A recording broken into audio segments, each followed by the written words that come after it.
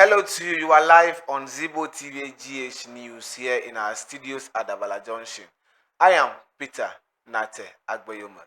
And to our headlines, 5 billion cedis has been paid to contractors after audit validation. And in Parliament, Speaker Bagbin said Adwoa Safo didn't betray NPP in his speakership election. Also, the Ghana National Fire Service record 529 fire outbreaks and 43 million cedis properties got damaged in the eastern region. Let's settle for our details now. The Minister for Roads and Highways, Kwame Governs Abuja, has revealed that an audit of contractor payments helped the government to avert significant financial losses.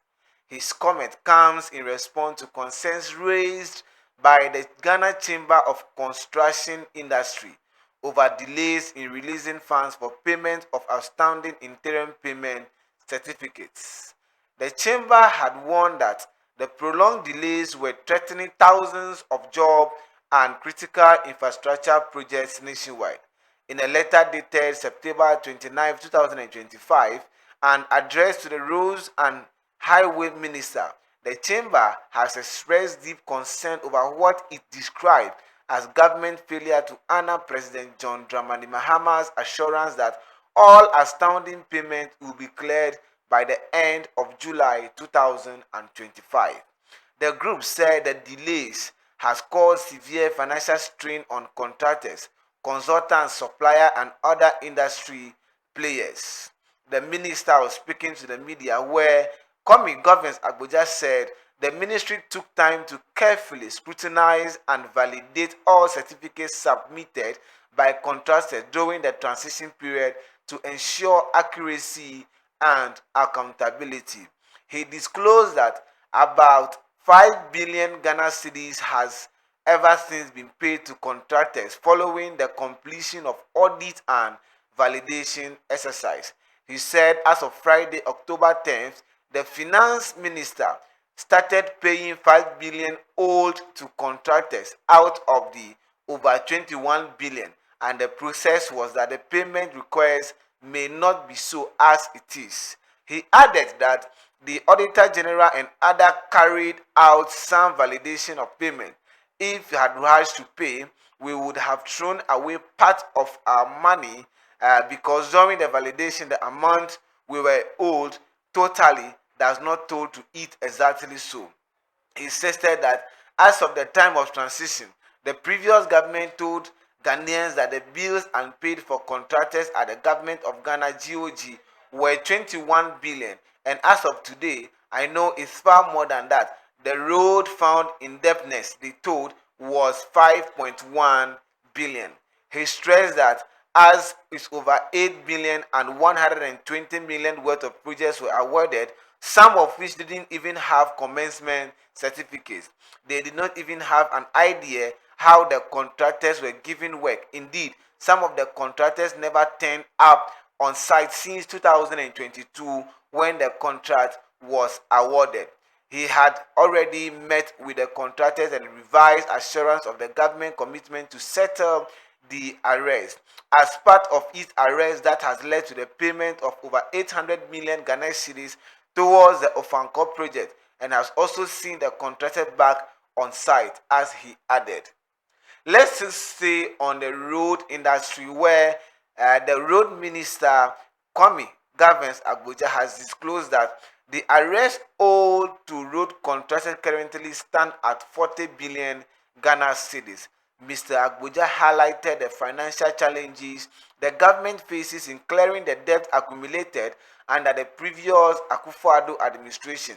He commended President John Dramani Mahama and the Finance Minister, Dr. Kesel Atofosim, for paying 5 billion out of the total arrears within just few months into office. Mr. Abuja noted that the government was able to make the payment without borrowing from international sources, describing it as an evidence of prudence, fiscal management, and effective leadership. The road minister reaffirmed the government commitment to gradually settling the remaining arrears owed to contractors across the country. His comment came in response to concerns raised by the Ghana Chamber of Contractors and Industry over delays in releasing funds for the payment of outstanding interim payment certificate IPCS. Let's now take you to Parliament, where the Speaker of Parliament, Right Honourable Speaker Alban Sumana Kingsford Bagbin, has refuted long-standing claims that the former Member of Parliament for Dome Kobenya, Sarah Adwoa Safo, voted for him during the election that made him Speaker of the 8th Parliament. Mr. Bagbin was elected Speaker in January 2021 after a heated and chaotic voting process in Parliament, during which one New Patriotic Party NPP MP was alleged to have crossed party lines to support his bill.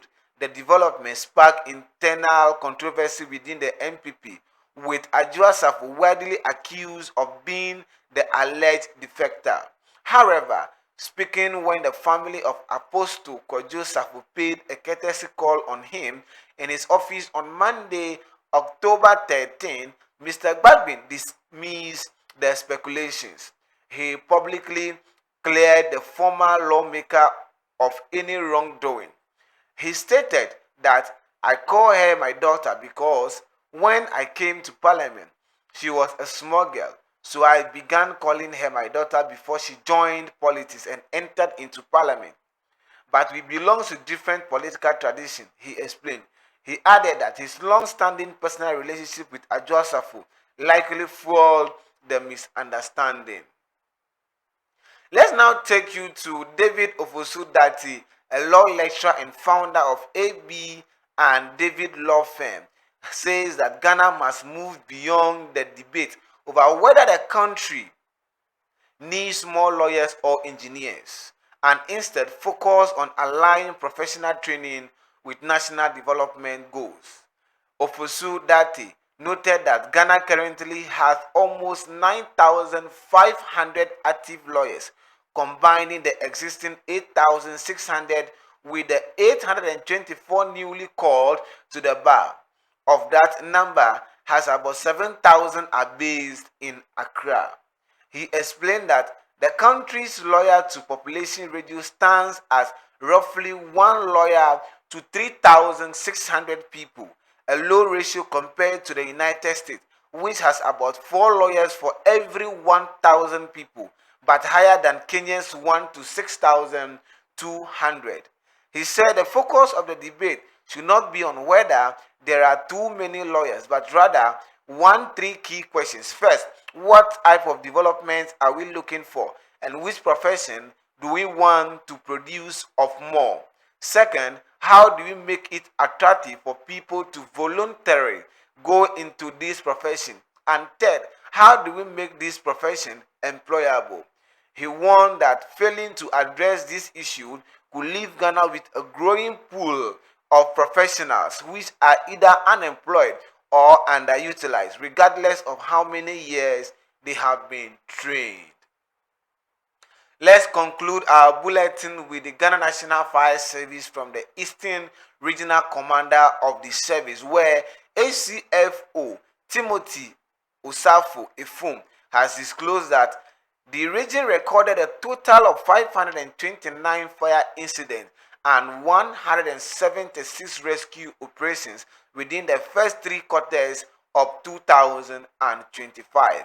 These incidents resulted in estimated damage to properties valued at 43,534,806 Ghana cedis, while properties worth 95,222,999 Ghana cedis were salvaged by the fire service.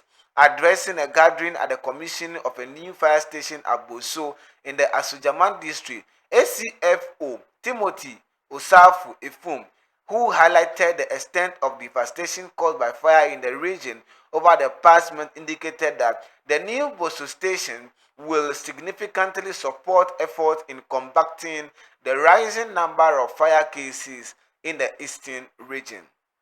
He says that for the first 3 quarters of 2025, the Eastern region has recorded a total of 529 fire incidents and 126 rescue operations respectively.